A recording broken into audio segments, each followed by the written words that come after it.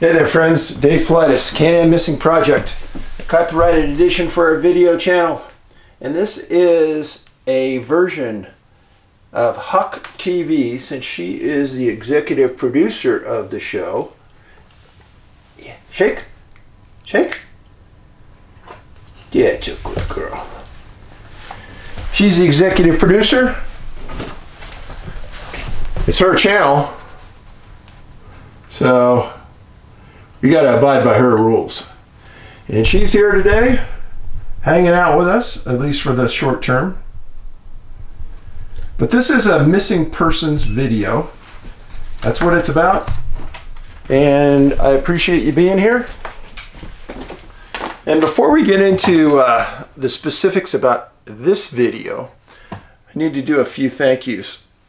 There's a friend of ours, a villager named Jeff in Arizona, and he sent me this Fisher Space Pen shirt with patch because he knew I was a big fan of the Fisher Space Pen.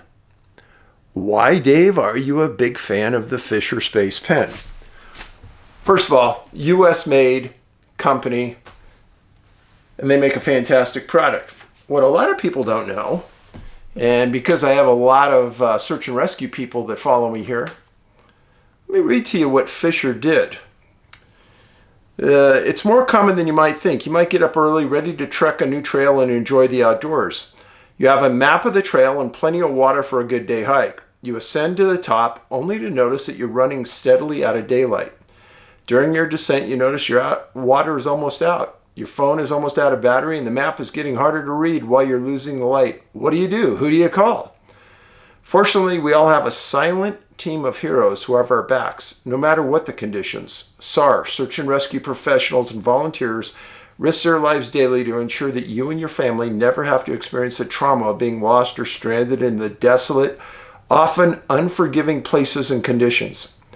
Day in and day out, SAR volunteers stand out at the ready for the next call for help to come in, and they rely on gear that works for the harshest environments, making the Fisher Space Pen a go-to tool needed for each and every mission.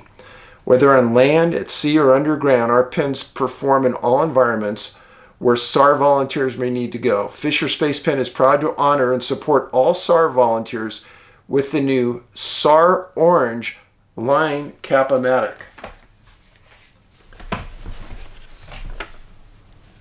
The new non-reflective matte black Cap-O-Matic with the SAR Orange line printed down the face of the Space Pen's clip and barrel shows our support for search and rescue personnel and their work they do.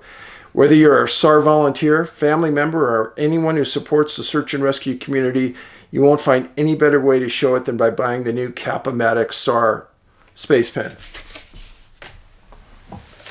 So, I got paid nothing for that. No, I got paid nothing. When I see a company that's doing something special, that makes an outstanding product, that's made in the USA, manufactured in the USA, I'm going to stand behind it. And when people make me aware of the companies, I'm there because I'm a huge supporter of the USA. So, away we go. Thank you for the stuff. I'll wear it. And I'll use the pens because they are an outstanding product. So we've got 3 different missing persons cases today.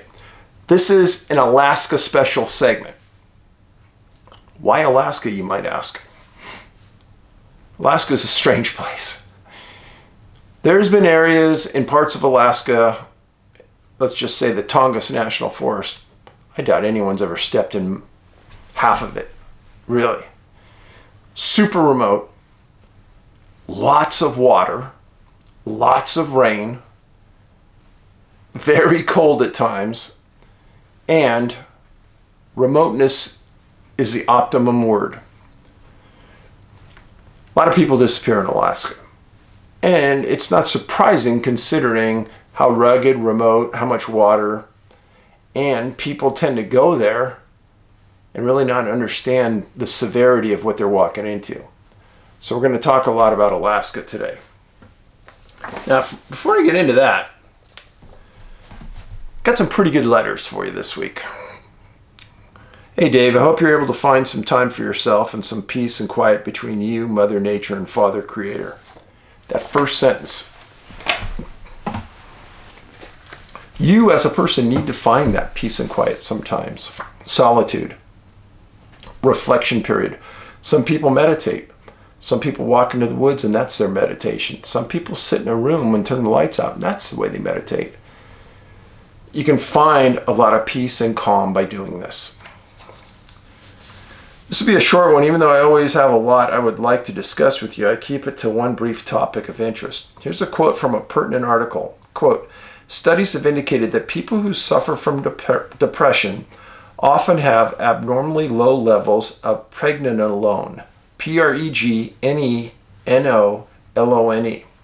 One specific study found that it could help treat and possibly even prevent depression. 80 adults with bipolar received either pregnenolone or placebo for 12 weeks, and the depression remission rates among the pregnenolone group was almost twice that of the placebo, 61 to 37. It's pretty impressive. Pregnenolone is a hormone manufactured by the body from cholesterol and can be purchased as a supplement without prescription. It is a necessary precursor to testosterone, estrogen, and other hormones, and the potential deficiency therein may be the culprit for a large portion of the depressed population. None of this is medical advice, and I always say consult your physician, but I do find it odd that people are more often prescribed antidepressants over necessary components already supposed to be present in the body to balance or even enhance a body's own natural chemistry. Thought the village could find this material useful. There are multiple sources to get this information and validate it. Also multiple sources to purchase it. I'm in no way paid by anybody. I'm not going to mention any names of anything right now, as I don't think it'd be wise to get publicity for them. Just sharing my aspirations.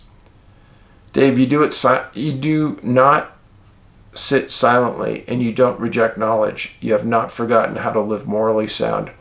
According to the real laws, you can be certain Ben will never be forgotten.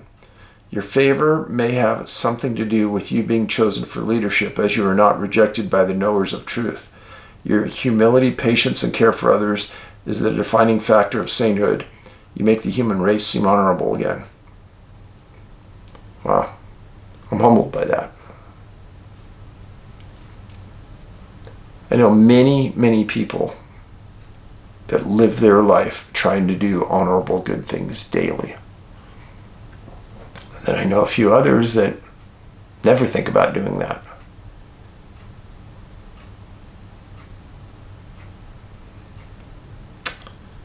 Next story.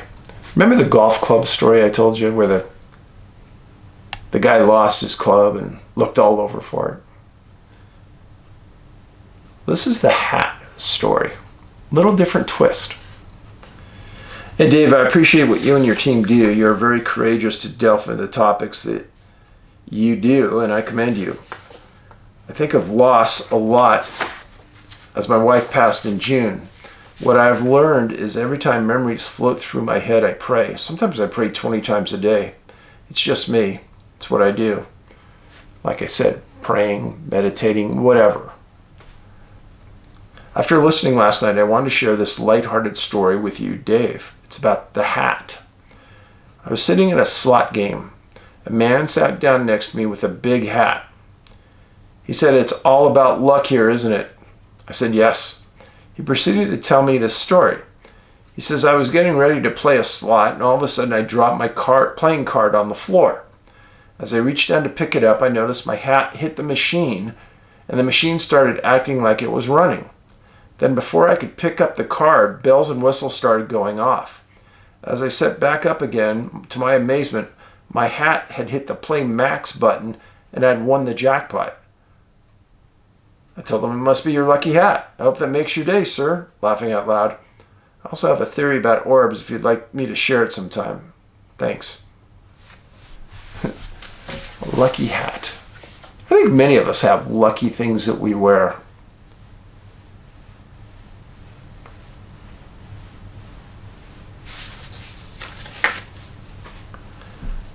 So I talked to you all about black triangles. My documentary out December 12th, Missing 411, and it's about UFOs. That's why it's called The UFO Connection. And yeah, black triangle. Well, this is my story. My brother and I, in our teens in the summer of '92 near Topeka, Kansas. We'd always been interested in UFOs. My mother mentioned earlier that day that there was a UFO sighting in some form of the news about an hour southwest of Emporia, Kansas. Over the years, I've tried many times to find this report, but no success.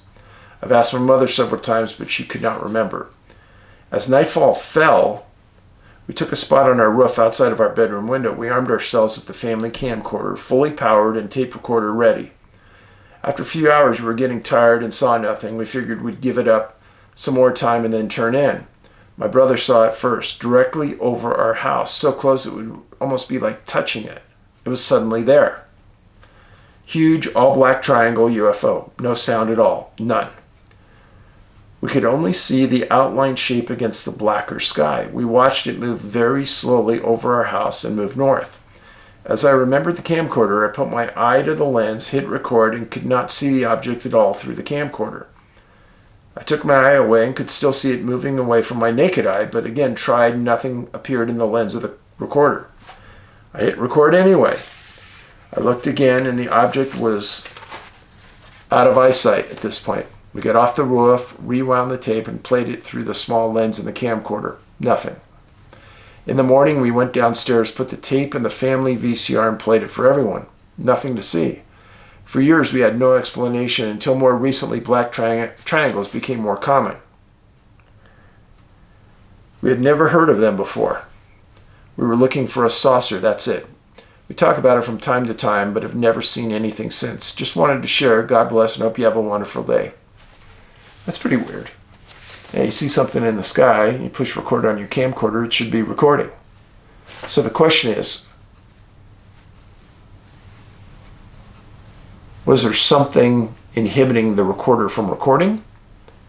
Was there something about its image in the sky that couldn't be picked up by the recorder? I don't know. It's a good one. Hey Dave, I'm writing in response to your YouTube video published 10/12/22 where you requested stories from listeners who have witnessed triangle UFOs.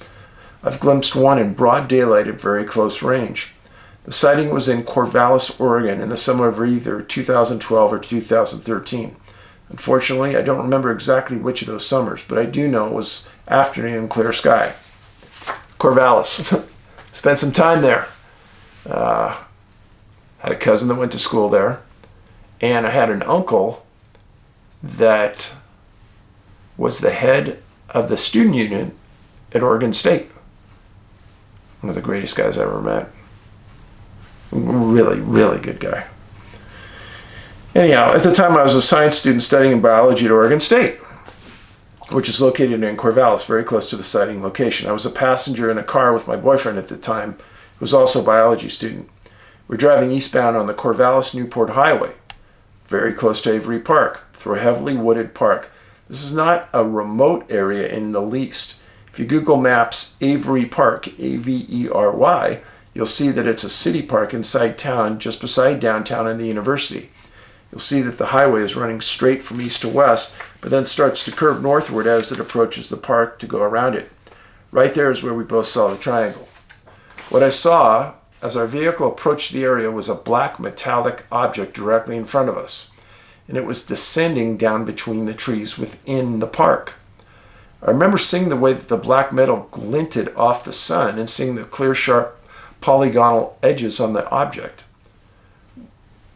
What was striking was the size, as the object was directly behind large mature trees, which stood easily over 60 feet, and they were dwarfed by it.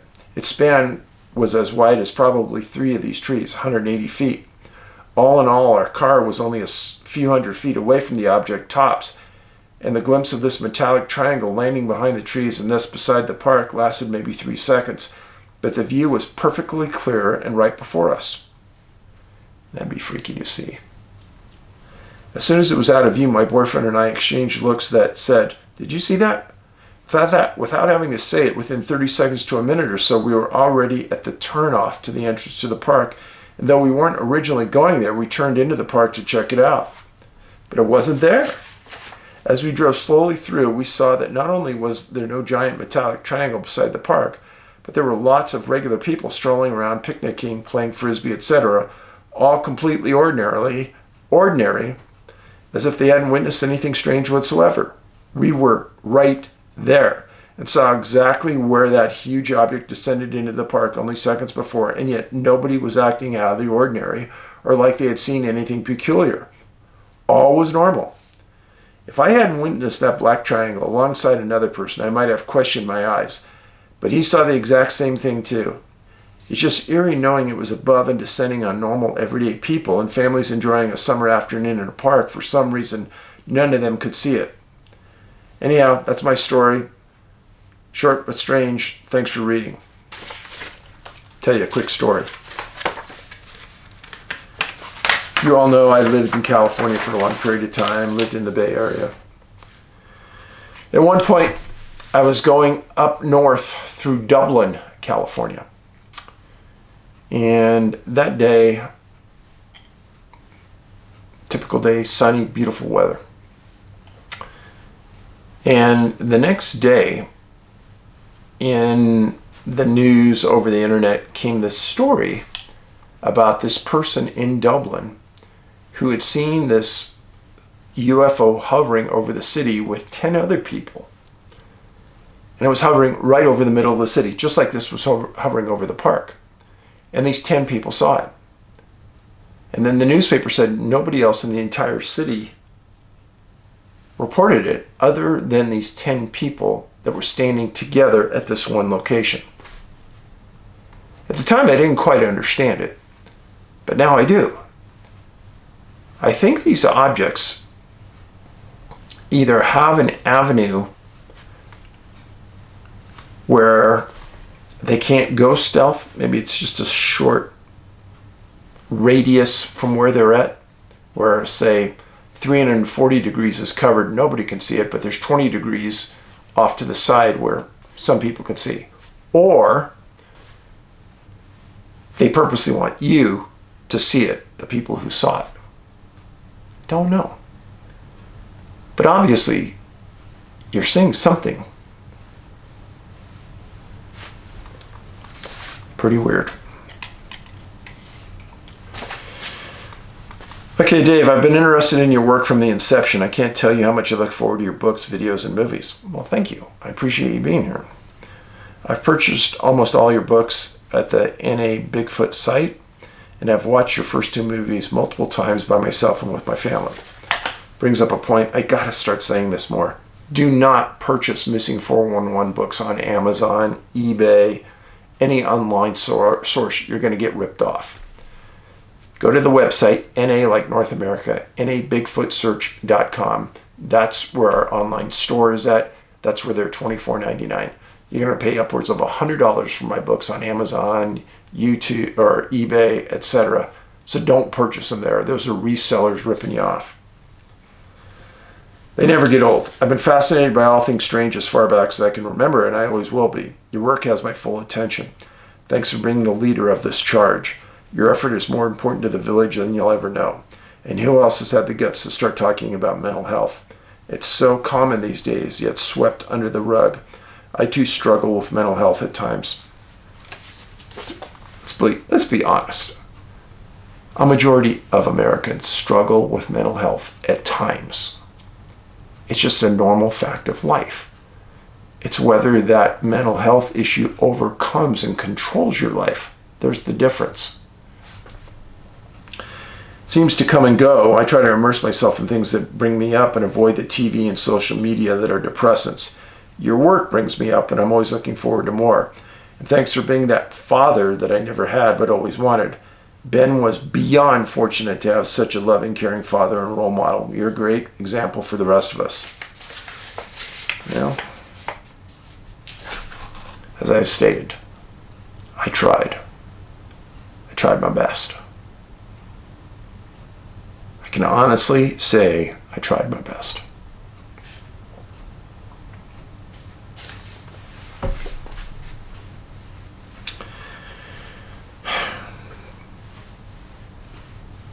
I've had two bizarre experiences in my life. The first was while living outside of Atlanta, Georgia. I was a firefighter, and on my days off, I'd get up early when my wife left for work to go for a walk with our new baby boy.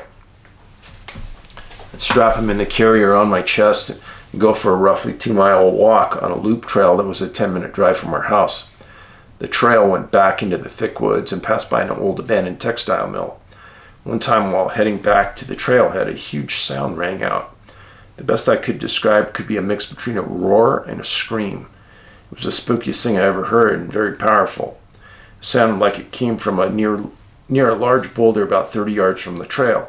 I stopped immediately and froze. It was a very quiet morning and I hadn't passed anyone else on the trail that day. Fortunately, it didn't startle my son, but I didn't know what to do. I must have stood there completely still for 10 minutes, scanning the forest for any movements, before finally working up the courage to start slowly continuing down the trail and past the boulder to see if I could see anything. As I passed by, I saw nothing and heard nothing else other than that initial sound. I don't know what made that noise, but it has always bothered me. Second incident was in a rather unsuspecting park here in the Bay Area, Redwood Regional Park in Oakland. As a family, we have hiked this trail on many occasions. There comes a point when you drop down to the bottom of the ravine and there's a large redwood tree that had fell down. Hikers and kids will walk across it, and it's just before the ascent back up on the trailhead. On this particular day, we were coming down into the ravine when I glanced up to my right and saw a black face peering out from a bush at the top of the hill. It had the bush parted with its hands, yes, hands, and it appeared to be watching the people down below. As soon as I looked up and saw it, the Sasquatch, because that's what I concluded it was, pulled its arms back and the bush snapped back, covering the face. For a split second, I thought I was seeing things, but as I stood there and looked up, I could still see the bush moving when it retreated. It didn't appear to be massive and looked to be a juvenile, if I had to guess. I didn't mention it to my wife because I didn't want to cause any panic, but needless to say, we didn't stick around and hang out in the ravine this time. The next time we hiked there, at that point where you come to the ravine, I climbed up to the bush at the top. There's no trail leading to it, and the incline is very steep. I'm in decent shape, and I was winded when I finally reached the top. In my own mind, I wanted to eliminate the possibility that it was just a person up there. I don't know why I doubt myself. I know what I saw the first time, and it was not a human being. Thanks again for all you do, and I cannot wait to see the latest film. If I ever win the lottery, you're getting a huge donation so that you can continue to bring your work into the light without any financial concern. You're peeling back the layers, Dave, and it's only a matter of time before you get to the center. Well, thank you. So, there's a series of researchers out there that believe that if you see a Bigfoot face to face, that you're forever marked. And they will find you wherever you go. And I tend to believe that. There's too many people I know of that have been in places that probably shouldn't have had a Bigfoot. And they see one. Angie and I have been in places where shouldn't have been a Bigfoot. And we've found tracks and hair and all kinds of things. So, just my 2 cents. Next letter. Dave, many greetings from West Kootenay, British Columbia. First of all, I would like to thank you for bringing attention to suicide awareness. My mother and grandmother both committed suicide in '89. It was devastating for me as an 8-year-old girl. Oh my gosh. Oh, that is horrific. I can't even imagine my mom and my grandmother both taking their lives at 8 years old. Oh, I'm sorry. The world needs to understand this is deeper than just mental illness. There are a few programs and medications that worked for them in those days and even today. A lot of the same tools are used to treat people with a fairly low success rate. It's high time for real change and reform in mental health care field. People need it. Amen. 100%. Now I have some stories that I'd like to share with you in the village. I live in a tiny town, about 200 people, way up in the Kootenai. It's very remote and beautiful here. We have a stunning view of Slocan Lake from our property. Around here, there have been numerous sightings of a Bigfoot. The locals called it Wanderer. I've had 3 encounters with something in my neighborhood in the last year alone.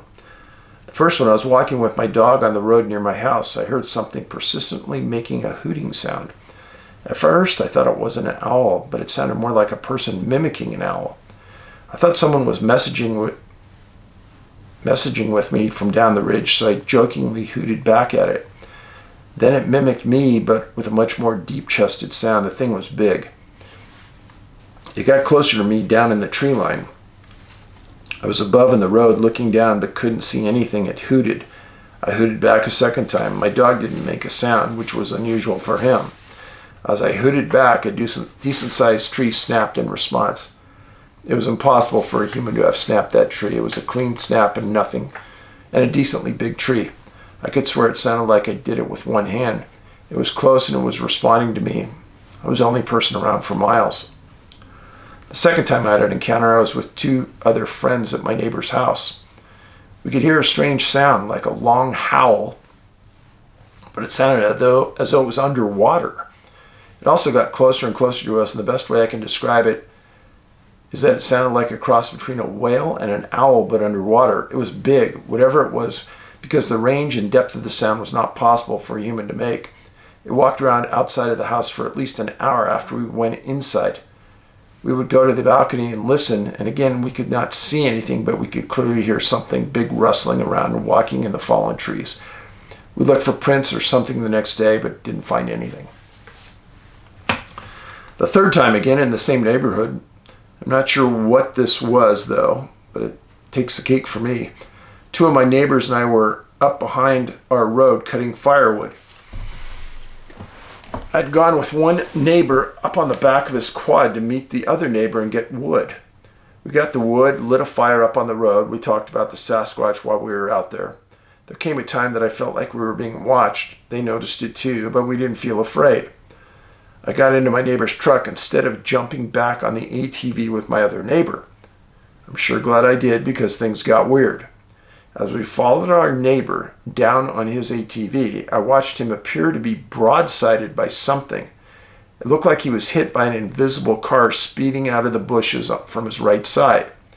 It was the strangest thing because it happened 5 times in a row.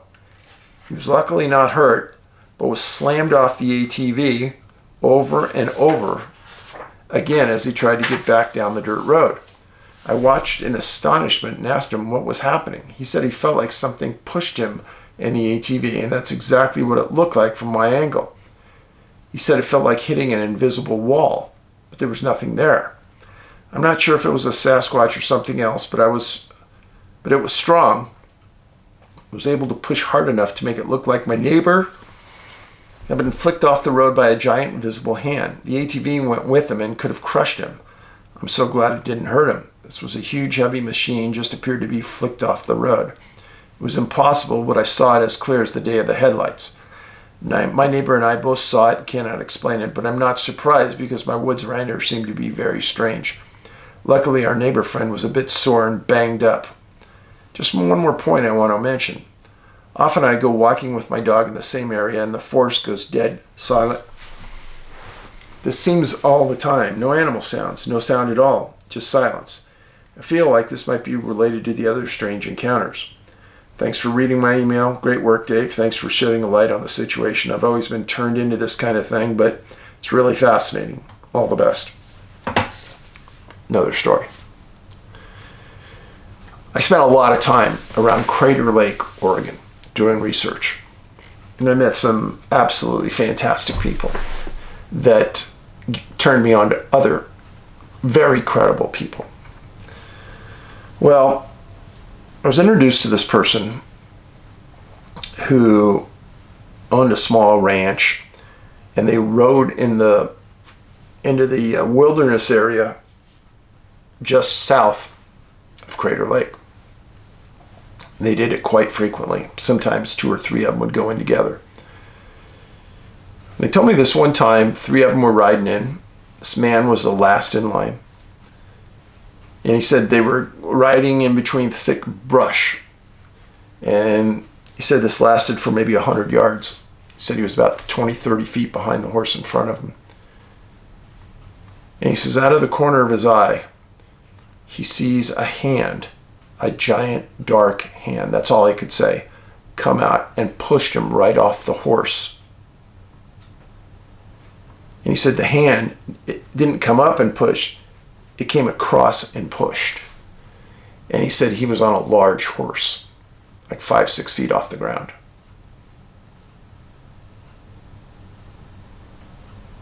And he says, I don't know what did it. It didn't make any sound. He said it scared the heck out of him. And his horse, he said, didn't react. And he said that was odd because the horse usually reacted to everything, bears and mountain lions. But he goes, the horse just took a couple more steps and stopped.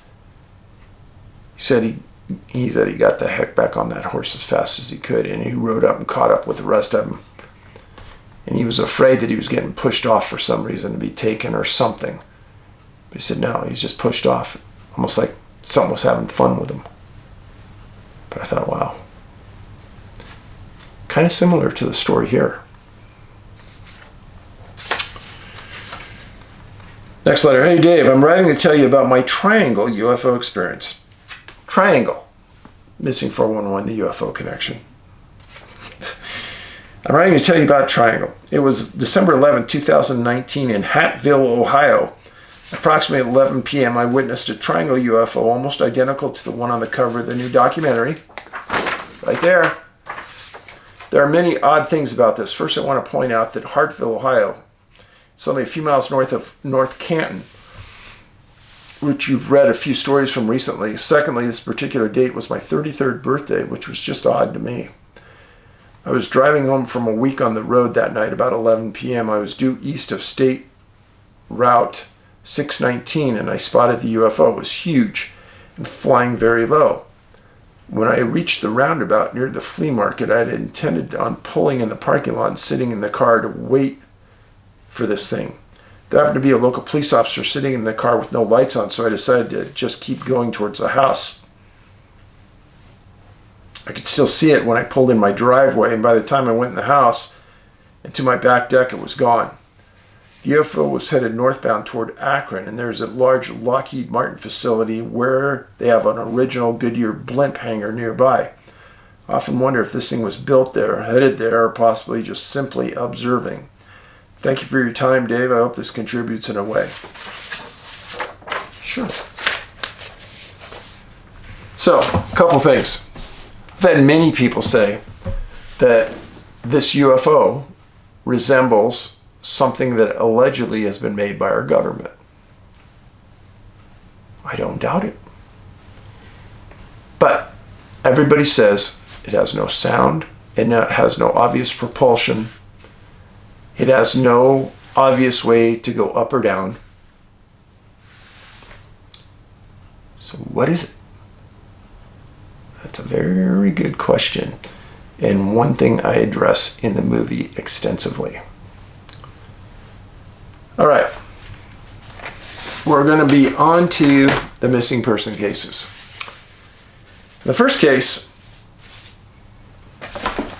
is a man who had been described as the consummate outdoorsman, a man that was comfortable in any outdoor environment under any conditions in Alaska.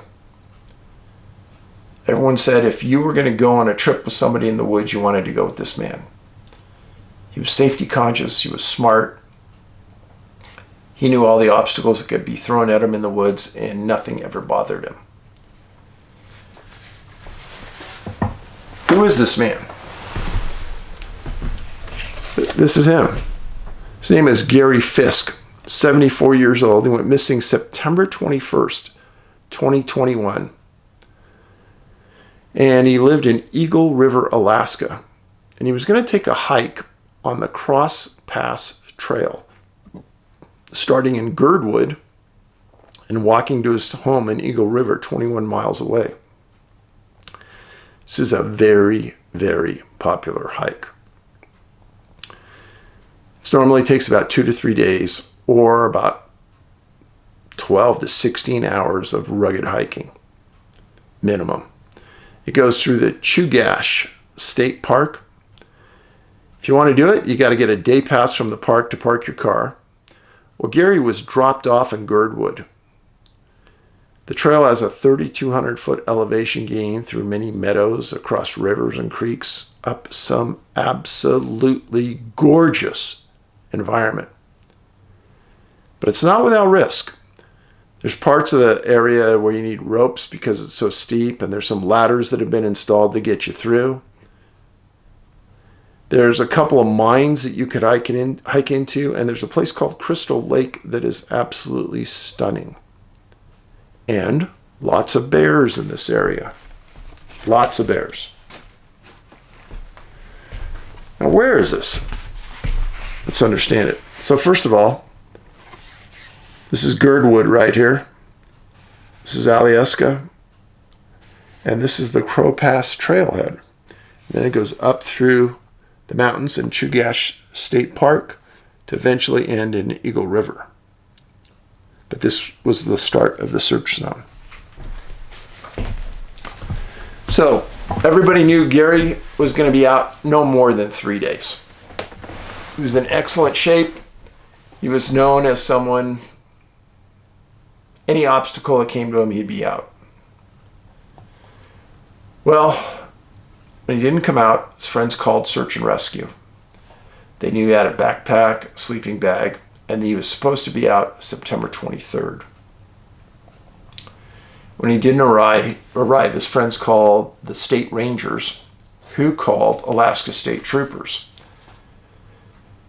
The troopers, in turn, went out and started stopping hikers that were coming out and interviewing them and showing them a picture of Gary and said, "Hey, have you seen this man?" Some hikers had seen him on the trail. They know he was there. And they tried to get a perspective about where they'd start searching. Well, the day after he entered that wilderness, it started snowing heavily. A big storm hit the area. And some people said that, well, the storm was so thick and so bad that he might have gotten, disoriented and off trail. Other people said, no, he wouldn't have been. He knew. Well, they brought in rescue dogs, Alaska State Trooper helos. They actually brought in military helicopters with FLIR to look as well. They brought in dozens of ground pounders, people walking the pavement looking, and many volunteers went in. Now, it can take anywhere from 11 to 15 hours to make this hike. Well, a lot of people went in the day after he was reported missing and covered the whole trail in one day from one end to the other. Now, that's a good way to cover the trail, but you really don't cover the surrounding area. One thing I've talked to people about before, when you're out there on the trail in the middle of nowhere, trying to be polite. Let's say you have to go number 2 in the woods. Well, you're not going to do it near the trail. You're going to get off the trail somewhere. Now, when you get off trail, you could step into something that's dangerous. A bear, a mountain lion, a moose. Yes, those are very dangerous. And until you cover that area where someone would step into to use the bathroom, you really haven't covered the trail. It's very rare that somebody just drops dead on the trail. So the 5-day search and rescue for Gary eventually did cover much of this area.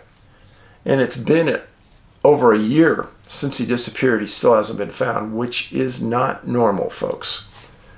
Remember, that backpack is going to live forever in the wilderness. It's never going to evaporate away. So, Gary Fisk, 74, missing, Girdwood, Alaska. Next case. A very odd case, if I say myself. Mary Wilson. Don't talk about females disappearing too much, do we? Mary Wilson, 69 years old, missing July 12th, 2022, this year. Last seen in Healy, Alaska. She was staying with friends, 10th, 11th, 12th, she left. And she was driving the Stampede Trail 7.5 miles west of Healy in her 2016 Ford Focus.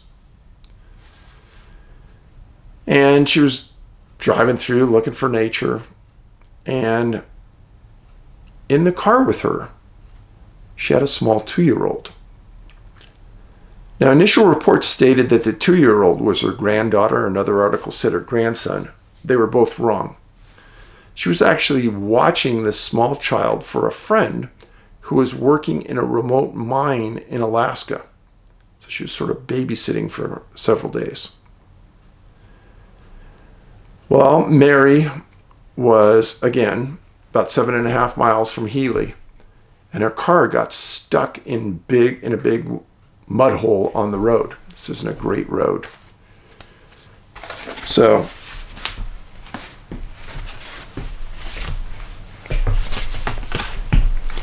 here's a map for you. So this is Denali National Park down in this area. This is Healy, Alaska, right here. And her vehicle gets stopped on the Stampede Road out in this area, close to 8 miles out. So she came from Healy. She knows Healy's here. And she knows she's about 7.5 miles from Healy. Just follow the dirt road back and you'll get help. Pretty easy logistics.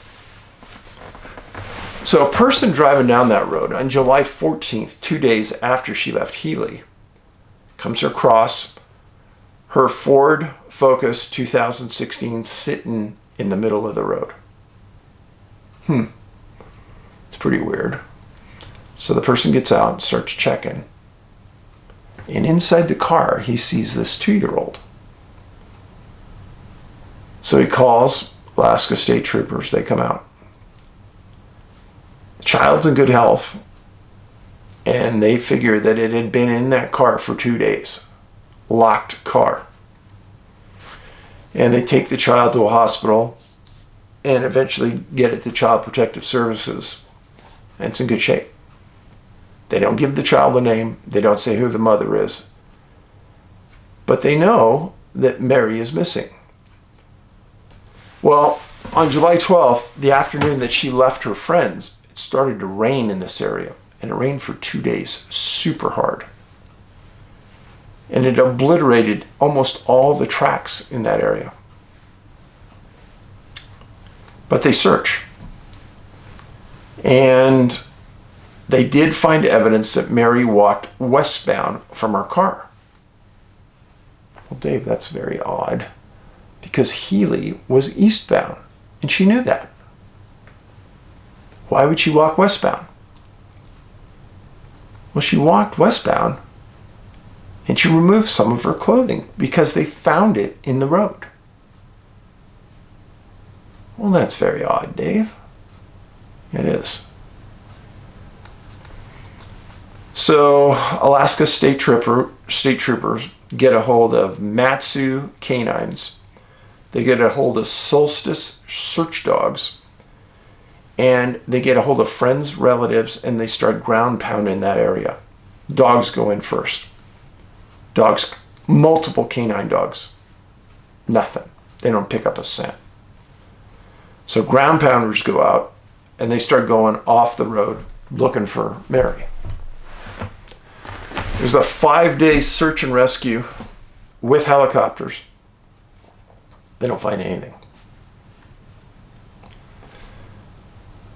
That is about the period of time you would search. But again, the question comes up, Why would Mary leave the road? Safety in the road, direction with the road.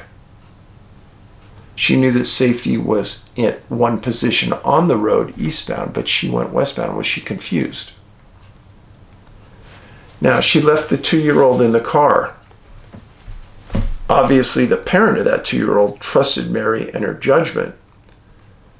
So she locked the 2-year-old in the car so no one could really get out easily without breaking a window. But I'm guessing that she didn't plan to be gone very long.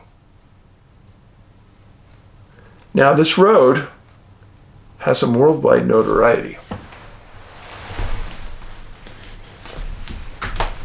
Again, it's called the Stampede Road, outside of Healy, north of Denali National Park. One of the best books I ever read in my life was called Into the Wild by Jon Krakauer. John's a fantastic writer, puts me to shame. But Into the Wild was a story about a young boy named Chris McCandless who wanted to have a wildlife experience. And he hiked into the wilds of Alaska.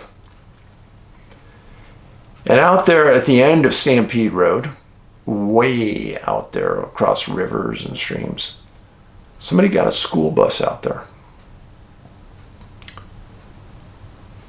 Well, Chris apparently didn't think he could cross the river by the time he was coming out, so he stayed in the school bus. He didn't have any food, and he died in the school bus. And months later, somebody came into the school bus, and others had used it for shelter at times, and they found Chris's body. And the question in the book, which was a good one, did Chris go there to die? Was he trying to commit suicide? Or did he go there and die of starvation? The way Krakauer wrote the book made you think. Made you really think. Well, Mary Wilson was on the Stampede Road that Chris had to have gone out at to find the school bus. And again, it's way out there. In the wilderness area, out there on the other side of that school bus, is some of the most wild area in Alaska. Nobody really goes out there to do anything other than enjoy nature and get away from somebody else. But anyhow, that's the notoriety with the road. Now the next story. This one bothered me a lot. When I'm doing research on missing people, 95% of the stories I read don't match the profile points, and you never hear about them. Every once in a while, I'll read about a story. The story touches my heart. And I read the parent's grief, and being a parent bothered me. This one bothered me a lot.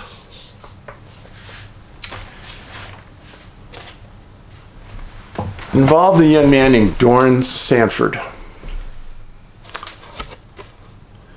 Doren was 34 years old. He disappeared August 29th, 2020.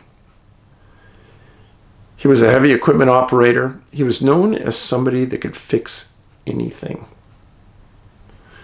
He was raised in T-O-K, Alaska. He was a native Alaskan with a really large extended family that loved him a lot. He was a hard-working soul. He worked all the time, and he was known as somebody that had special skills on fixing anything. He was living at the time in August of 2020 in Anchorage, but had been temporarily staying in Fairbanks. And he was trying to purchase a piece of property on the outside of Fairbanks. And he had just started a new business on home repair and remodeling, and it was doing really well. Really well. Well, Doren was not somebody that would just sit back and let life pass him by. He liked the outdoors. And every place he went with his Rottweiler named Groot. Groot. They were best buddies. I can relate to this. And when I heard he loved this dog so much, it hit my heart. Well, on August 29th, he went out because he came home and Groot was gone. Didn't make sense that the dog could escape to him. But he lived sort of near Fairbanks Airport at the time, and he was out there on the road, Airport Road, looking for Groot. A lot of people had seen him on the road.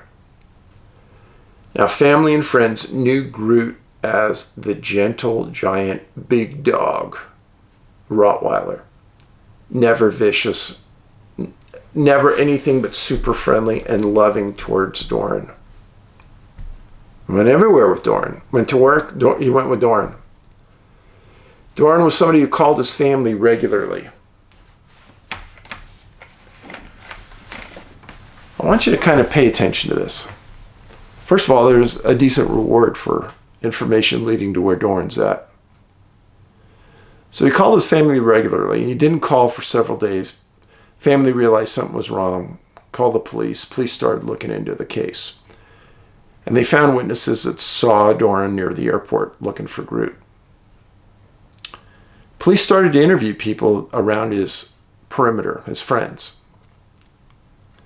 Well, right away, there was a rumor started that Groot was killed by the animal shelter in Fairbanks. And they looked into it, and the shelter said, oh yeah, that looks like the dog, but this dog was super vicious. It wouldn't be safe to be around anybody, and we had to put it down. Family, friends all said, that wasn't Groot. Groot was super friendly. So they knew that the shelter never got a hold of the dog. Police go out and they start interviewing people again on his friends and family, and they get to a woman. Young lady. And the police officer said, this woman knows where Doren's at. And she won't say. Then the police said that whoever has Groot has a key to the story as well. Well, Doren's mom made a passionate plea on Facebook. That's why I'm doing this story. I know that I have a big following in Alaska. So, let me give you some background on something. If you're a witness to a crime, even if you're tight with the criminal who did the crime, there's a lot of ways to get help and to tell the story and to still be safe. Well, Dave, what do you mean by that? Well, there's federal witness protection programs that state and city municipalities can use to get a witness to a crime out of the area and a new life somewhere else. If somebody murdered Doren and you're a female who saw or who knows who murdered him, go to the Alaska State Troopers and ask for federal protection. Here's why. Under federal protection, you can get moved to another state, get an all-new identity, set you up with a job, and as long as you never say anything to anyone about where you came from or where you live, you'll be safe for the rest of your life. I've known several of these cases, and the feds do a tremendous job putting these people up. But aren't we as a people born to be moral? I know some people aren't. But if you're somebody who got in with the wrong crowd and is having a difficult time finding their way out, first place I'd go is I'd go to church. Talk to the pastor or the priest and ask for help. Tell them that you're in a bad place in this world and there's bad people around you and you need assistance.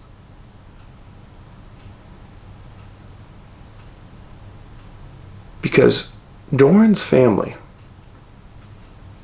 has a right to know where Doren is, what happened to him. And the piece of garbage that killed Doren deserves to pay a penalty for that life. Doren was a contributor to our world. He was a young man who was hardworking. He had done good things in life. He was trying to buy a piece of property. And some piece of garbage killed him. I'm sorry, friends. I have no compassion for somebody like this. If I use abusive language, excuse me.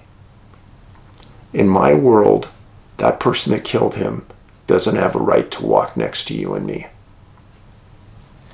And if you're the woman out there, the young lady that has this information, imagine if it was your son or your daughter that had been killed. You'd want to know.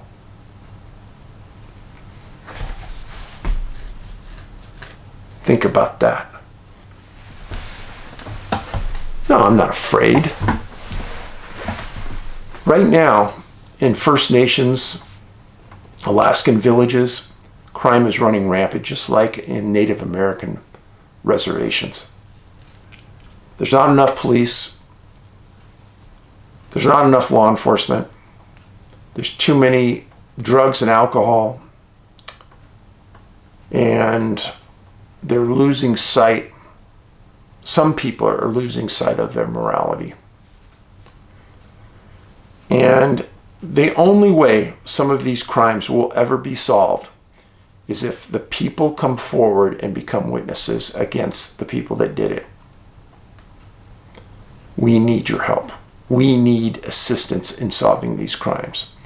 There are several task forces now in existence that are working on Native American and First Nations and Alaskan criminal elements right now. But they need your help.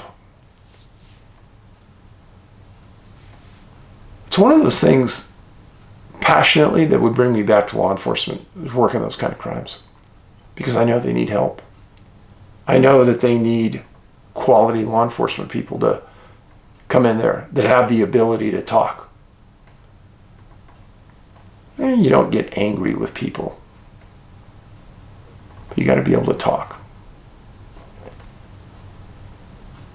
Doren's mom, I'm in your corner. I hope you see this. And I hope you know that his life has not been forgotten.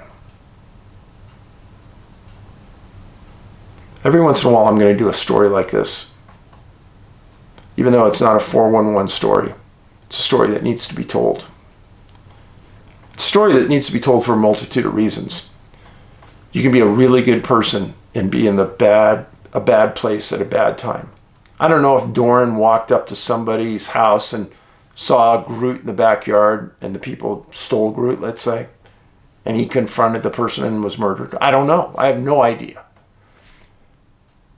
I'm telling you right now that if I went walking around and I saw Huck in somebody's house and they'd taken her, I'd be going through the door. That's my dog.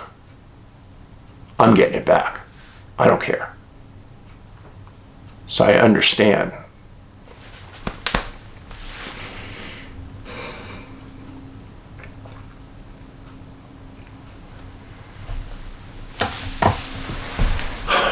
Let's go find Doren. Paulides out.